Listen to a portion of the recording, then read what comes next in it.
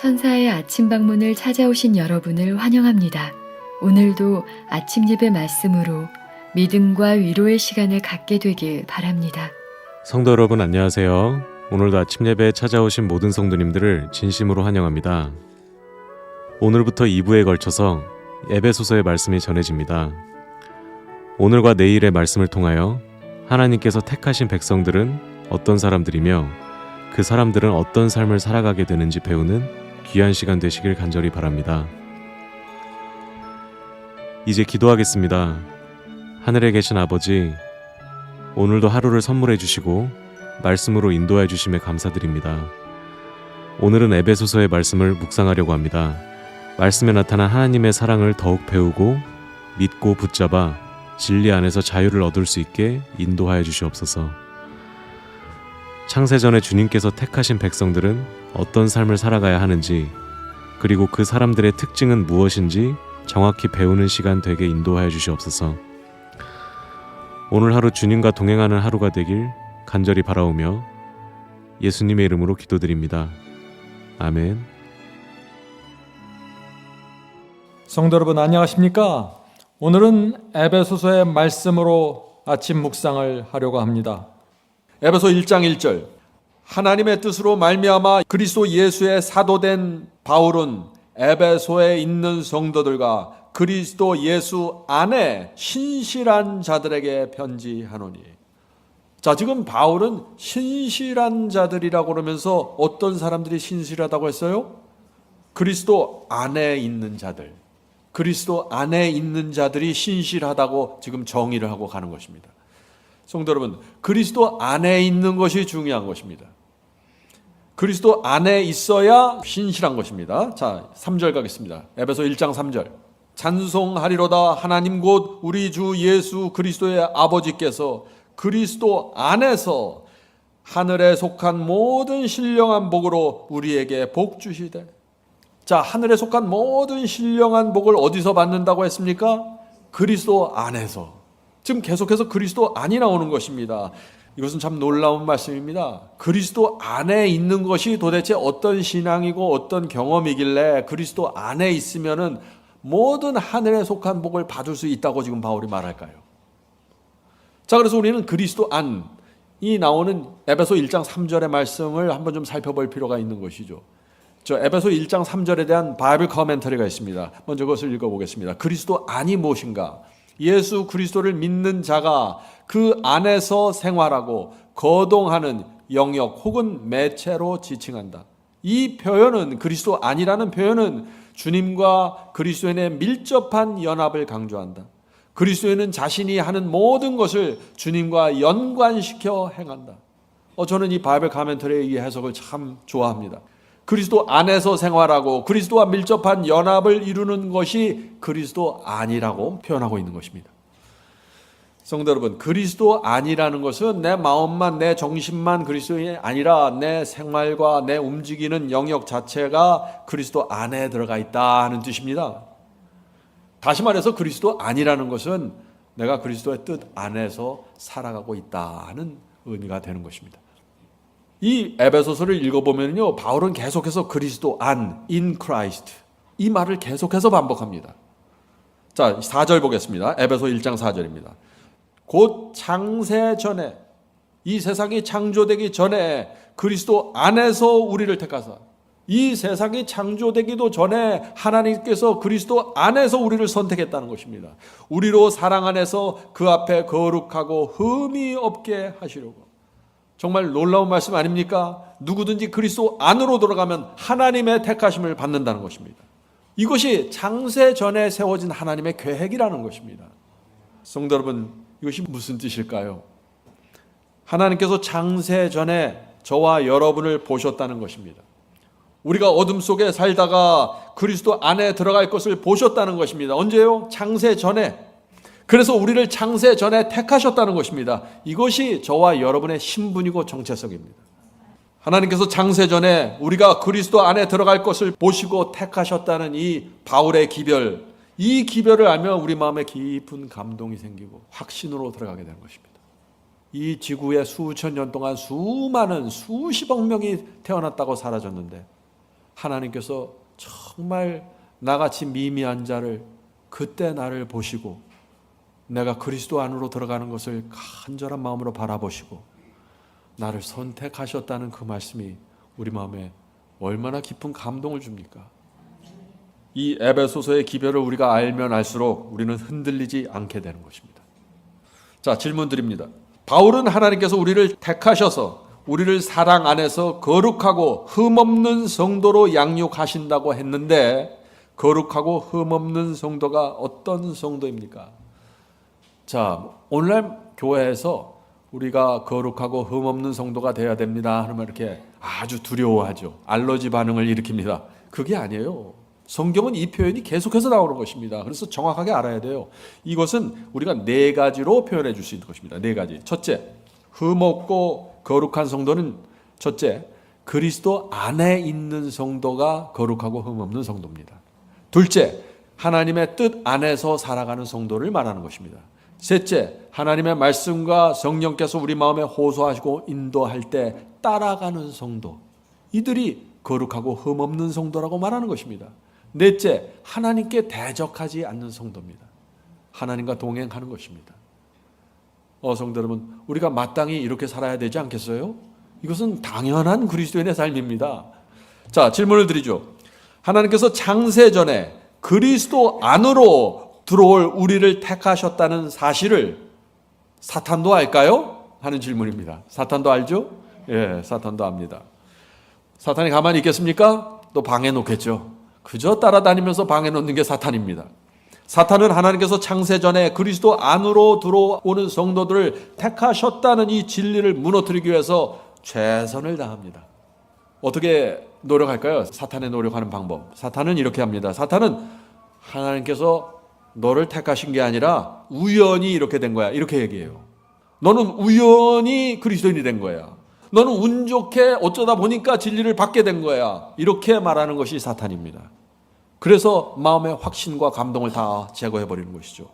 모든 것은 철저하게 창세 전에 세워진 하나님의 계획입니다. 다니엘서와 요한계시록 창세 전에 하나님 마음속에 있었던 것입니다. 성도 여러분, 하나님께서 창세 전에 이미 우리를 택하시고 끌고 가신다는 이 사실을 보지 못하게 하고 믿지 못하게 하는 것이 사탄이 하는 일입니다. 절대 사탄의 노력에 휘말리면 안 됩니다. 사탄이 주는 생각들에 끌려다니지 마세요. 자, 또 질문 드립니다. 창세 전에 이루어진 하나님의 계획이 무엇입니까? 하는 질문입니다.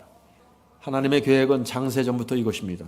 사탄에게 붙잡힌 사람들을 그리스도 안으로 들어오게 하고 그리스도 안에서 살게 하는 것입니다.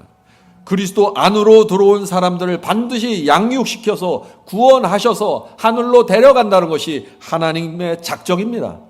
하나님의 계획이에요. 여기에 우리의 소망이 있는 것입니다.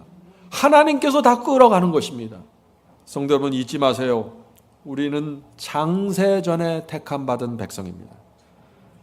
나는 창세 전에 하나님의 택함을 받았다. 이것이 우리의 신분이고 정체성입니다. 이것을 항상 기억할 때마다 우리 마음속에 깊은 감동이 있는 것입니다. 하나님께서 나를 보셨구나. 내가 이 진리를 받기로 결정하는 것을 보셨구나. 얼마나 감사합니까? 자, 이제 질문을 드리죠. 창세 전에 하나님의 택하심을 받고 그리스도 안으로 들어온 사람이 어떤 말씀에는 순종하지만 어떤 말씀은 거절하고 순종하지 않을 수 있을까요? 좀 곤란한 질문인가요? 그럴 수 없습니다. 사탄을 떠나서 그리스도 안으로 들어온 사람들은 우연히 들어온 것이 아니에요. 분명합니다. 그러므로 하나님께서 나를 선택하셨다는 사실을, 이 사실을 아는 사람들은 그 마음에 무엇이 있을까요?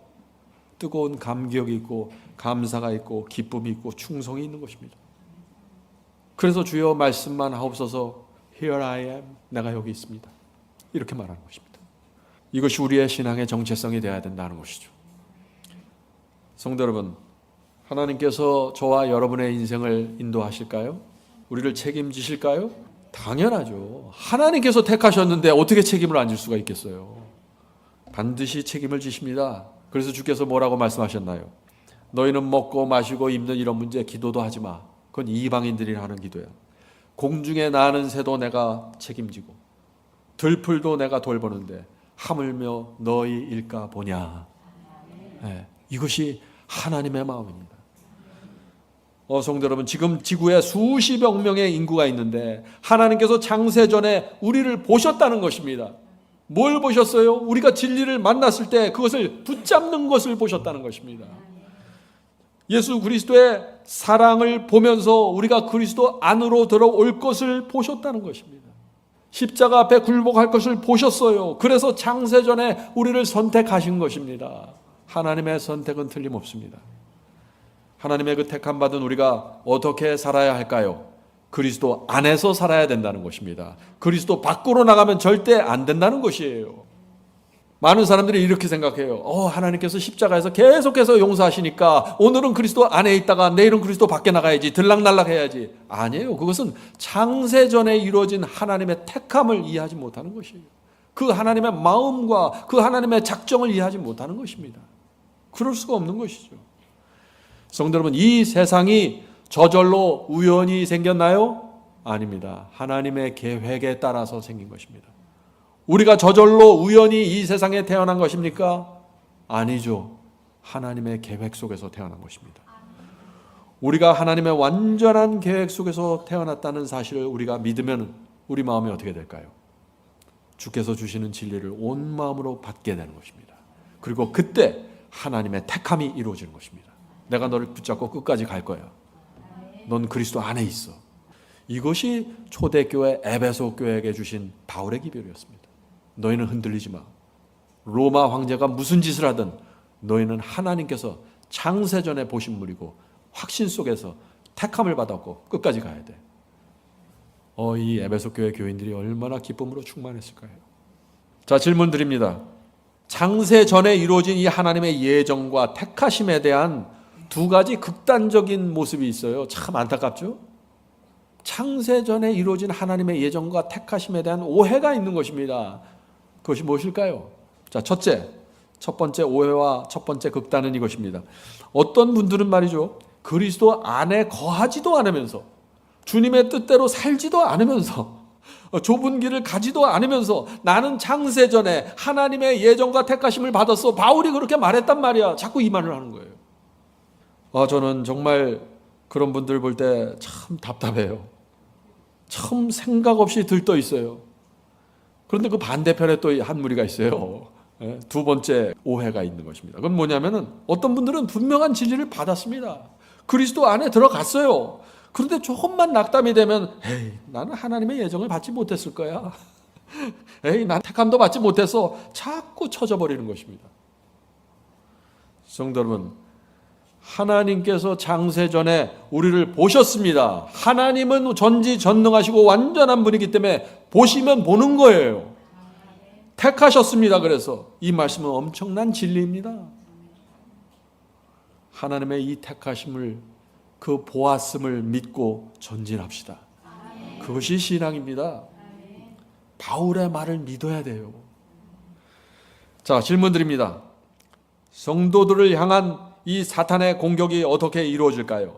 창세전에 세우신 하나님의 계획을 사탄이 어떻게 공격할까요? 창세전에 하나님께서 나를 택하셨다는 이 진리를 붙잡고 성도들이 막 나가려고 하면은 사탄이 공격을 해요. 어떻게 공격하냐? 이 말씀을 하는 거예요, 제가. 두 가지 방법으로 공격합니다. 여러분도 아마 이 공격을 이미 받으셨을 것입니다. 첫째, 사탄은 어떻게 해서든지 우리를 그리스도 밖으로 끌고 나가려고 합니다. 시험과 유혹을 던져서 끌어내려고 하는 것입니다. 조심하세요. 그리스도 안에 남아 있어야 합니다. 둘째, 사탄은 우리의 신분과 정체성을 흔들어댑니다. 어떻게 흔들어댈까요? 너는 안 돼. 너는 택함 받지 못했어. 그리스도 안에 들어오지 않았어. 너는 하나님의 예정에 너는 없어. 네가 착각한 거야. 이렇게 자꾸 속삭이는 것입니다. 여러분의 귀에 그런 속삭임이 들려올 때 어떻게 하시겠어요? 치워버려야 됩니다. 하나님의 택하심을 믿고 전진하십시오. 성도 여러분, 중요한 포인트가 뭐냐면은 진리입니다. 여러분이 붙잡고 있는 것이 정말 성경의 그 진리가 틀림없습니까? 틀림없다면 흔들리지 마세요. 하나님의 택함이 창세전에 이루어진 것입니다. 하나님께서 여러분을 붙잡고 끝까지 가신다는 결정이 이루어진 것이에요. 왜 자꾸 흔들리십니까? 성도 여러분, 우리의 신분과 정체성, 창세전에 이루어진 이 신분과 정체성이 잊으면 큰일 납니다. 이것을 기억해야만 우리가 하루하루 감사와 충성으로 살아가게 되는 것입니다. 자, 질문 드립니다. 바울은 그의 피로 말미암아 구속받았다고 했습니다. 구속, redemption, 이것이 무슨 뜻입니까? 하는 질문이죠. 굉장히 중요한 질문입니다. 구속이란 주께서 당신의 피를 값으로 쳐주고 우리를 샀다 하는 것입니다. 그래서 우리는 내 것이 아니라 주님 것이 되었다는 것입니다. 그래서 하나님의 자녀가 되는 것입니다. 내가 잘나서 되는 게 아니라, 내가 공로를 쌓아서 되는 것이 아니라 그리스도 피로 값을 지불했기 때문에 내가 자녀가 되는 것입니다. 자, 이 문제를 좀 살펴보죠. 오래전에, 아주 옛날에 미국 남부에 노예 시장이 있었습니다. 어떤 흑인 노예가 있었는데 그는 힘이 없고 일도 잘 하질 못했어요. 근데 성격은 또 아주 나빴어요. 그냥 맨날 반항적으로 악을 쓰며 소리 지르는 것입니다. 그래서 노예를 사러 온 이 농장 주인들이 그 노예를 보면 아주 관심 안 두고 그냥 지나가 버리는 거예요. 다 지나가 버리는 거예요. 그런데 어떤 아주 자비로운 한 농장 주인이 그 노예를 물끄러미 바라보더니 비싼 값을 치르고 그를 샀습니다. 그 노예를 마차에 태우고 집으로 돌아가는데 그 노예가 또 반항하면서 소리 지르는 것입니다. 나는 결코 당신을 위해서 일하지 않을 것입니다. 이제 더 이상 나를 채찍으로 때리고 겁을 줘서 그런 주인을 나는 섬기지도 않을 거고 일하지도 않을 것입니다. 그렇게 소리를 지르다가 이제 집에 도착했습니다. 농장에 도착했을 때 이 주인이 그 노예를 오라고 해서 그 손에서 사슬을 풀어주고 발에서 사슬을 풀어줍니다. 그러면서 그 노예에게 이렇게 말합니다. 당신은 이제 자유입니다. 당신은 이제 더 이상 노예가 아닙니다. 나는 당신에게 자유를 주기 위해서 비싼 값을 치르고 당신을 사왔습니다. 이제 당신은 구속받았습니다. 이것이 리뎀션입니다. 구속받았습니다.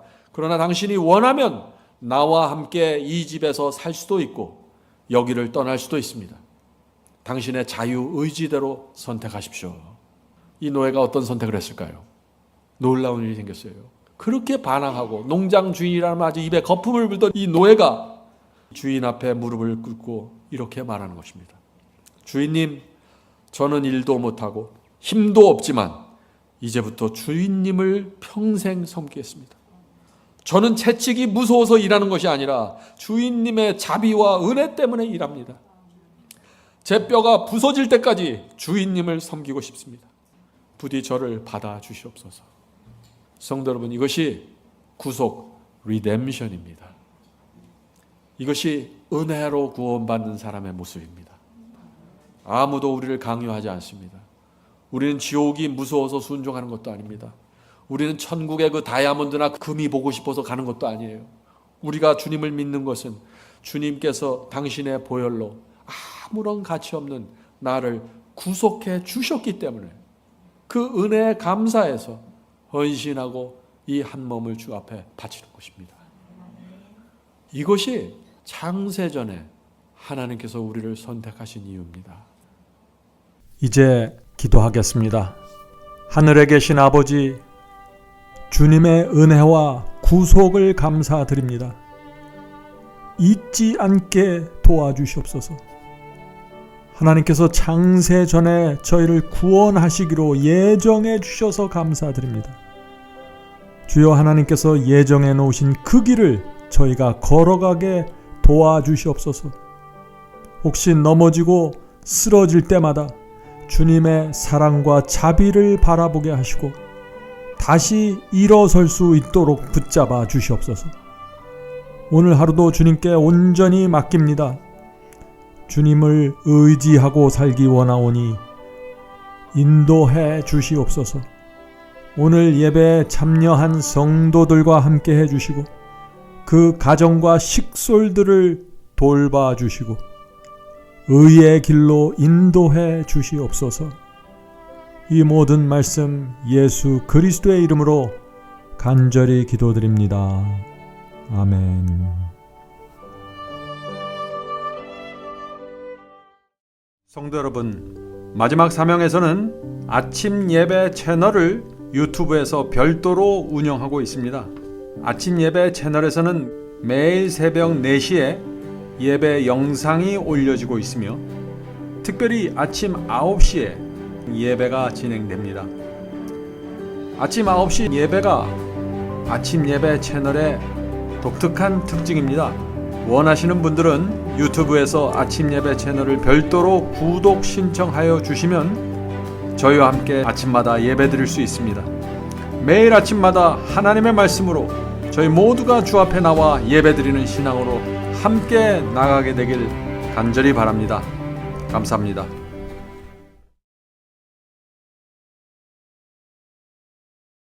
Day by day, and with each passing moment, strength I find to meet my trials here.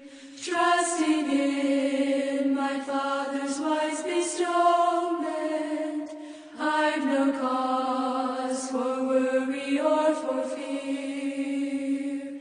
He whose heart is kind beyond all measure gives unto each day what he deems best. Lovingly is part of pain and pleasure, mingling toil with peace and rest. Every day the Lord himself is near me, with a special mercy for each hour.